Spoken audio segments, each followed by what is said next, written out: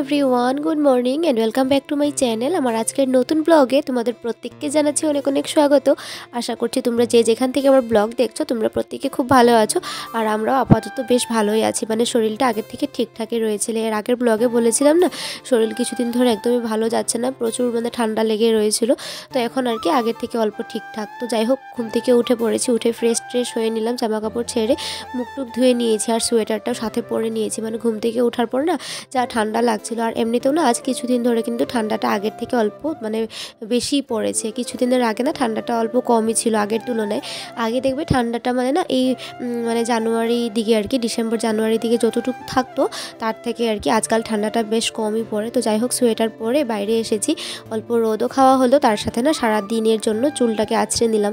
নাহলে যে সারাদিন আর সময় পাবো কিনা তারও ঠিক নেই। আর এদিকে দেখতে পাচ্ছ আজকের ওয়েদারটা একদমই মেঘলা মেঘলা, মানে একদমই হালকা করে অল্প রোদের ছোঁয়া দেখা যাচ্ছে, একদমই মানে ভালো করে রোদ নেই।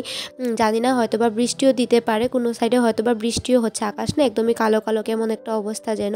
যেহেতু ঠান্ডাটা কম পড়েছে তাই হয়তো বা বৃষ্টি দিয়ে ঠান্ডাটা পড়বে আরও বেশি, জানি না আর কি, নিজের মন থেকেই বলছি। তো যাই হোক, এদিকে দেখো চুল টুল আছড়ে নিয়ে ভিতরে চলে এসেছি। এসে হলো তাড়াতাড়ি সবার ফার্স্টে যেগুলো বাসনপত্র ছিল তো রাতের বেলা ধুয়ে রেখেছিলাম, সব বাসনগুলো না জায়গায় রেখে দিচ্ছি। কারণ কি, রান্নাঘর থেকে তো এবার সব কিছু কাজ বাজ আমার শুরু হবে। আর হ্যাঁ, ঘরটা কিন্তু ঝাড়ু দিয়ে নিয়েছি, ঘর ধোয়ার ঝাড়ু দেওয়া কমপ্লিট। এদিকে ছেলে মানে ঘুম থেকে উঠে পড়েছে, ওর বাবার সাথে আর কি বিছানায় রয়েছে, হাজব্যান্ডও ঘুম থেকে উঠে পড়েছে। তো ওইদিকে দেখো বাসন টাসন সব জায়গায় রেখে গরম জল করে নিয়েছি। এবার হলো নিজেও জল খাবো, আর তারপর আর কি সারাদিনের জন্য ফ্লাক্সে মানে অল্প করে ভরিয়ে রেখে দিয়েছি ছেলের জন্য। কারণ কি, ওকে যেহেতু আর কি জলের বোতলে জল ভরে ভরে দেই খাওয়ার জন্য, ঠান্ডা হয়ে যায়, তাই আর কি ফ্লাক্সে করে রেখে দিলে না বেশ একটা সুবিধা হয়। আর এদিকে যেহেতু ও ঘুম থেকে উঠে পড়েছে, তাই ভাবলাম যে ওর জন্য খাওয়া রেডি করব, আর তার আগে না 1 কাপ চা খেয়ে নিই। আর না আজ সকালে জানি না কিসের জন্য ঘুম থেকে ওঠার পর থেকে গলাটা আবারও মানে ব্যথা করছিল, মানে হালকা হালকা একটা আর কি ঢুক গিলার সময় বোঝা যাচ্ছে যে মানে গলায় না অল্প ব্যথা হচ্ছে। তাই ভাবলাম যে আদা দিয়ে লাল চা করি। আর এমনিতেও না গরুর দুধ ছিল না, মানে কাল যেটা দুধ নিয়েছিলাম কালকের দুধটা কালই খেয়ে ফেলেছি। যেহেতু আমার অনেক ঠান্ডা লাগছে, কফ টফ হয়ে যাচ্ছে কিছুদিন পর পর, তাই না অনেকেই বলছে যে মানে গরুর দুধ থেকেও আর কি ঠান্ডা লেগে যায় না খাওয়ার জন্য, বা খেয়ে নিলেও না সন্ধ্যার দিকে খাওয়ার জন্য। যেহেতু আমি রাতের বেলায় খেতাম, তো রাতের বেলা খেয়ে মানে খাওয়ার জন্য বারণ করলো, তাই কাল মানে সন্ধ্যার দিকে খেয়ে নিয়েছিলাম। আর এখন করেছি লাল চা আদা দিয়ে।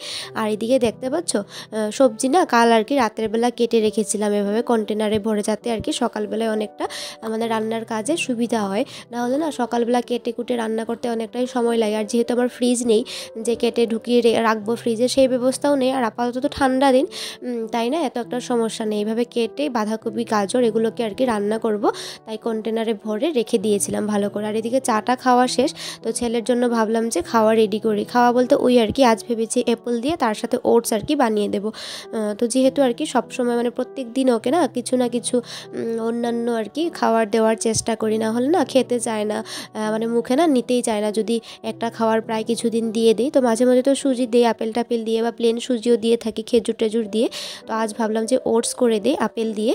এদিকে দেখো প্যানের মধ্যে 1 চামচ মতো আর কি ঘি দিয়ে দিয়েছি। ঘিটা গরম করে ওটস 2 চামচ নিয়েছিলাম অল্প বড় চামচ দিয়ে। তো ওটসটাকে অল্প দেখো হালকা করে না মানে ভেজে নেব আর কি, অল্প হালকা করে নাড়িয়ে নিয়ে এর মধ্যে দিয়ে দিলাম হলো জল। আর একসাথে আর কি ছোটো ছোটো করে যে কেটে রেখেছিলাম আপেলগুলো সেগুলো দিয়ে দেবো, যাতে ভালো করে আর কি একসাথে মানে সিদ্ধটা হয়ে যায়।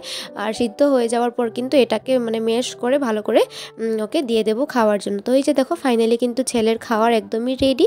তো তোমরাও কিন্তু চাইলে তোমাদের বেবি থাকলে এই খাওয়াটা দিতেই পারো। তো এই যে ফাইনালি আমাদের না চাটা খাওয়া শেষ। চা খেয়ে তারপর চায়ের বাসন টাসন মেজে নিয়েছি। এবার হলো বানাবো পাস্তাটা না অনেক দিন হয়েছে এনে রেখেছি, কিন্তু আমি পাস্তা না কখনো খাইও নি আর বানাইও নি। তোকে কীভাবে বানাতে হয় মানে খাবো মানে কেমন হবে এগুলো ভাবতে আর কি বানানো হয় না।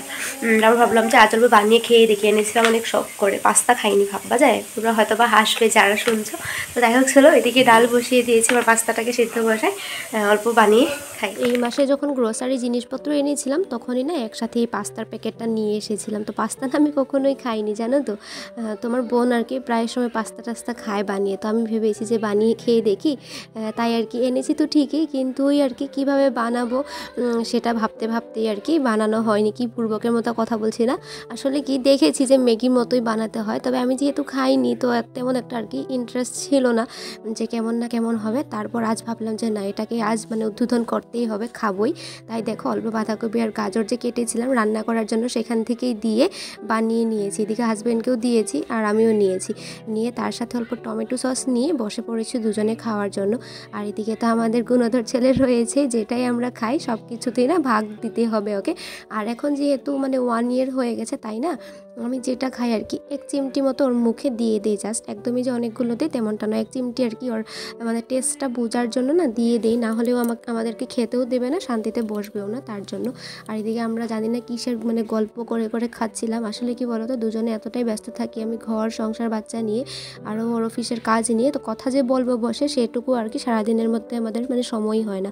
ওই আর কি ও ঘুম থেকে ওঠার পর থেকে অফিসের কাজ নিয়ে ব্যস্ত, আমি আমার বাচ্চা ঘর এগুলো নিয়ে ব্যস্ত, তারপর চলে যায় অফিসে। আর অফিস থেকে বাড়ি ফেরার পরেও না রাতের বেলা ওই বাচ্চা সামলানোর কাজ, তারপর খেয়ে দিয়ে ঘুমানোর কাজ, কিছু যে কথা বলবো গল্প করব সেগুলো আর যে মানে একদমই হয় না আজকাল, সেগুলো হলো অতীতের কথা। তো যাই হোক চলো, এদিকে পাস্তাটা খেয়ে নিয়ে চলে এসেছি বিছানা গুছাতে। বিছানা না গোছানো অবধি না ঘরটা একদমই মানে ভালো লাগে না। আর ঘুম থেকে উঠে সাথে সাথে বিছানাটা তুলতেও পারি না, যেহেতু অনেকক্ষণ আর কি ওরা বাবা ছেলে বিছানায় থাকে। তারপর আমারও আর কি ওই ঘরে পাকঘরে এটা ওটা কাজ থাকে, তার জন্য আর কি বিছানাটা না সব দিনই আর কি লেট করেই গুছাই। তো দেখো ফাইনালি বিছানাটা তুলেই নিলাম। যে এদিকে মোটামুটি আমার এই ঘরটা গুছানো হয়ে গেছে। আসলে কি বলতো, বিছানাটা গুছিয়ে নিলে না মনে হয় যে অর্ধেকটা ঘর গুছানো কমপ্লিট, আর বাদ বাকি তো আর এটা সেটা রয়েছে, এগুলো কাজ মানে রান্নার মধ্যে মধ্যে করতে হবে। এবার হলো এদিকে রান্না বসিয়েছি, মানে ডাল সিদ্ধ বসিয়েছি, বাঁধাকপি তো রাতের বেলা কেটে রেখেছিলাম, বাঁধাকপিটা শাক করবো, তারপর হলো মাছ নেওয়া ছিল সেটাকে আর কি রান্না করবো। আর এদিকে হাজব্যান্ড ওকে নিয়ে হলো দাঁড়িয়ে আছে বাইরে।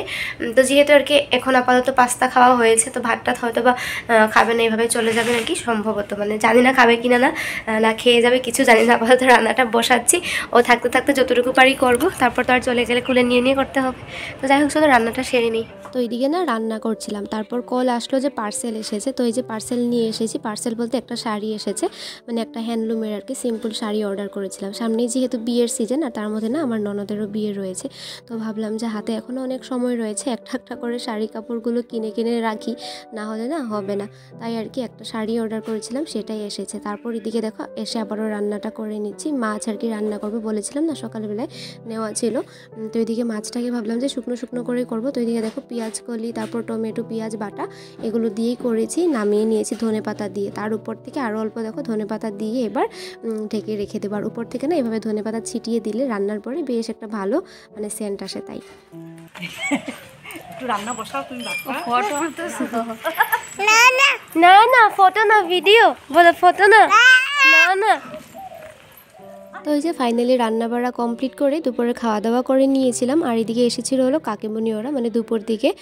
তো এখন আর কি চলে যাচ্ছে, তাই দেখো এগোনোর জন্য যাচ্ছিলাম গেটের সামনে। তো এদিকে দেখতে পাচ্ছ ওর মনটা একদমই খারাপ হয়ে গেছে, কারণ কি ওর যে ঠাম্মি এসেছিল, রাঙ্গা ঠাম্মি মানে কাকিমণি আর কি, এই বাসার যে আর কি মালিক ওনার, তো এখানে থাকে না ওরা, এখন নতুন করে আর কি ঘর বানিয়ে অন্য জায়গায় থাকে, তো এসেছিল আর কি দেখতে। তো চলে গেছে, তো ওর মন খারাপ, ভীষণ ভালোবাসে ওদেরকে। তো এই যে ফাইনালি এখন হলো ঘড়িতে সময় প্রায় 8টা মতো বেজে গেছে। আর না বিকেল থেকে তখন থেকে আর কিছু ব্লগ করিনি, ওকে নিয়ে অল্প সময় শুয়েছিলাম, তারপর ওই আর কি বসে টসে মানে ওর সাথে খেলাধুলা করে করে সময় কাটিয়েছি। আর এবার হলো খাওয়া বাড়ি দিকে, ওকে দেখতে পাচ্ছ ও আকারে ঢুকিয়ে রেখেছে, এই যে বাবাই আসো। আর এদিকে রশি দিয়ে বেরিয়ে রেখেছি, না হলে না কি করে একদম সেই সেলফের থেকে সব টেমা মানে ফেলে দেয়, জলের বালতি ধরে টান দেয়, তার জন্য দেখো এই যে। আর এদিকে আবার দুলনাটাকে দিয়ে রাখতে হয়, না হলে আবার এই ঘর থেকে ওই ঘরটা আর কি রুমটা যেহেতু টাউন, তো চলে যায় খরচ করে। তো এবার হলো ওর জন্য খিচুড়ি নিয়ে এসেছি, খাওয়াবো, বসে আছি মানে ঠান্ডা হওয়ার জন্য আর কি ওয়েট করছি, খাওয়াবো। তো এই যে এদিকে না আমি বসেছিলাম ছেলেকে খাওয়ানোর জন্য, আর তেমন সময়তে চলে এসেছে হাজব্যান্ড। তো ওকে দেখে আমি বললাম যে তুমিই খাইয়ে দাও, ওকে না খাওয়ানোর জন্য অনেকটাই সময় লাগে, যদি না আসতো তাহলে তো আমিই খাওয়াতাম, যেহেতু এসেই পড়েছে তাই বললাম যে তুমি খাও। আর ততক্ষণে না আমার টুকটাক কাজ রয়েছে, যেমন আর কি রাতের জন্য অল্প রান্নাও করতে হবে, আর না সন্ধ্যার সময় চা খেয়েছিলাম, তো সেগুলো আর কি বাসনপত্র ধোবো। তো ওইদিকে দেখতে পাচ্ছ কত নমুনাই না করতে হয়, আর পিছিয়ে পিছিয়ে ঘুরে ঘুরে খাওয়াতে হয়। তো ওইদিকে খাওয়াচ্ছে, আর আসার সময় নিয়ে এসেছিলো সবজি, তো ভাবলাম যে সবজিগুলোকে না গুছিয়ে নিই, না হলে ওই আবার পড়ে থাকবে কালকের জন্য। তো সবজি টবজি গুছিয়ে তারপরে যে এদিকে না ছোটো ছোটো যেগুলো সিঙ্গারা হয় সেগুলো এনেছিল। তো ভাবলাম যে সিঙ্গারাটা খাই। তো যাই হোক, চলো আজকের এই ব্লগটাকে এখানে শেষ করছি, দেখা হবে পরের কোনো ব্লগে। তোমরা সবাই ভালো থাকো, সুস্থ থাকো, আর প্লিজ আজকের ব্লগটাকে লাইক কমেন্ট করো। কেউ নতুন করে দেখে থাকলে আমার চ্যানেলটাকে সাবস্ক্রাইব করে দিয়ে যেও। Tata, bye bye.